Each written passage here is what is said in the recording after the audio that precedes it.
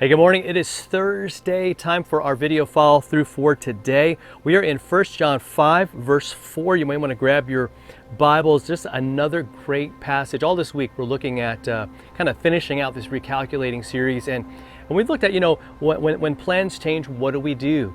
And all this week, we've been looking at the external things that come against us. And we know, like the first 3 weeks, we talked about the kind of more of the internal things. Our own pride, thinking this is our way and needs to be our plan. But then this week we're talking about like somebody starts to ridicule you, right? Somebody rejects you, rejects what you believe, rejects what you think. And we're seeing a lot of that today. I mean, all over the place, right? You say something and you get attacked. And that's how it works. And for Christians, it's always been this way. Now again, it's not that we go looking for a fight. We don't try to be offensive. We speak the truth. But then we got to realize that some people are not going to go, yeah, right on. I really want to look at how I have failed, because that's not a popular thing to look at. Right? Our world loves to blame. Our world likes to attack others, but really doesn't want to look in the mirror. But God's calling us, listen to this, as His people to look in the mirror every day and to look at our lives and to see like His great power and His great might, especially when we are under attack and when we are trying to be shut down. Because listen, if my life is about His mission, then are they really shutting me down? No, they're actually trying to shut God down.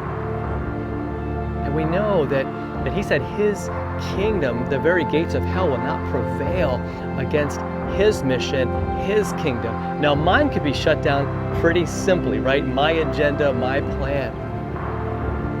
That's why it's so important that if I want to really be confident and really want to step out in faith, that I got to be about His plan and not mine.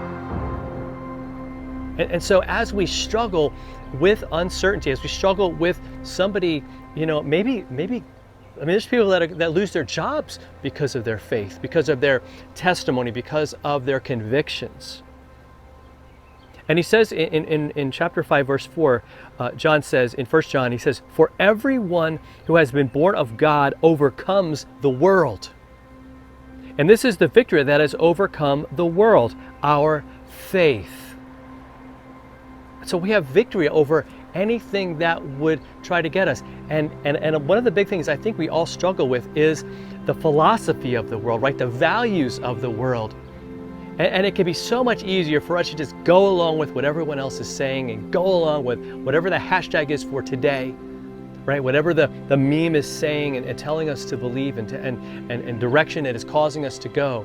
Because a lot of that's about fame and fortune and power. But God says, no, this is about sacrifice. This is about love. This is about mercy. This is about caring for the people around us. And there's nothing that can come against that. That message of love, that message of acceptance, that message of that Jesus has won victory over death and the grave. So this is another reminder. Remember who you are. You are born of God, born again. And so you automatically overcome anything that would take you down. I got to believe that the early church, John and others who are writing these words that we read, had this in their hearts, because all of them were killed for their faith, right? John was exiled for it, but he's the only one that wasn't directly killed for his faith. But all the rest were. They were martyred.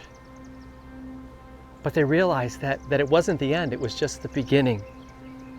That their testimony, that their story would inspire others to realize that faith in Jesus overcomes everything and anything. And so, again, the move is not to lash out, the move is not to retaliate, to sort of refute something,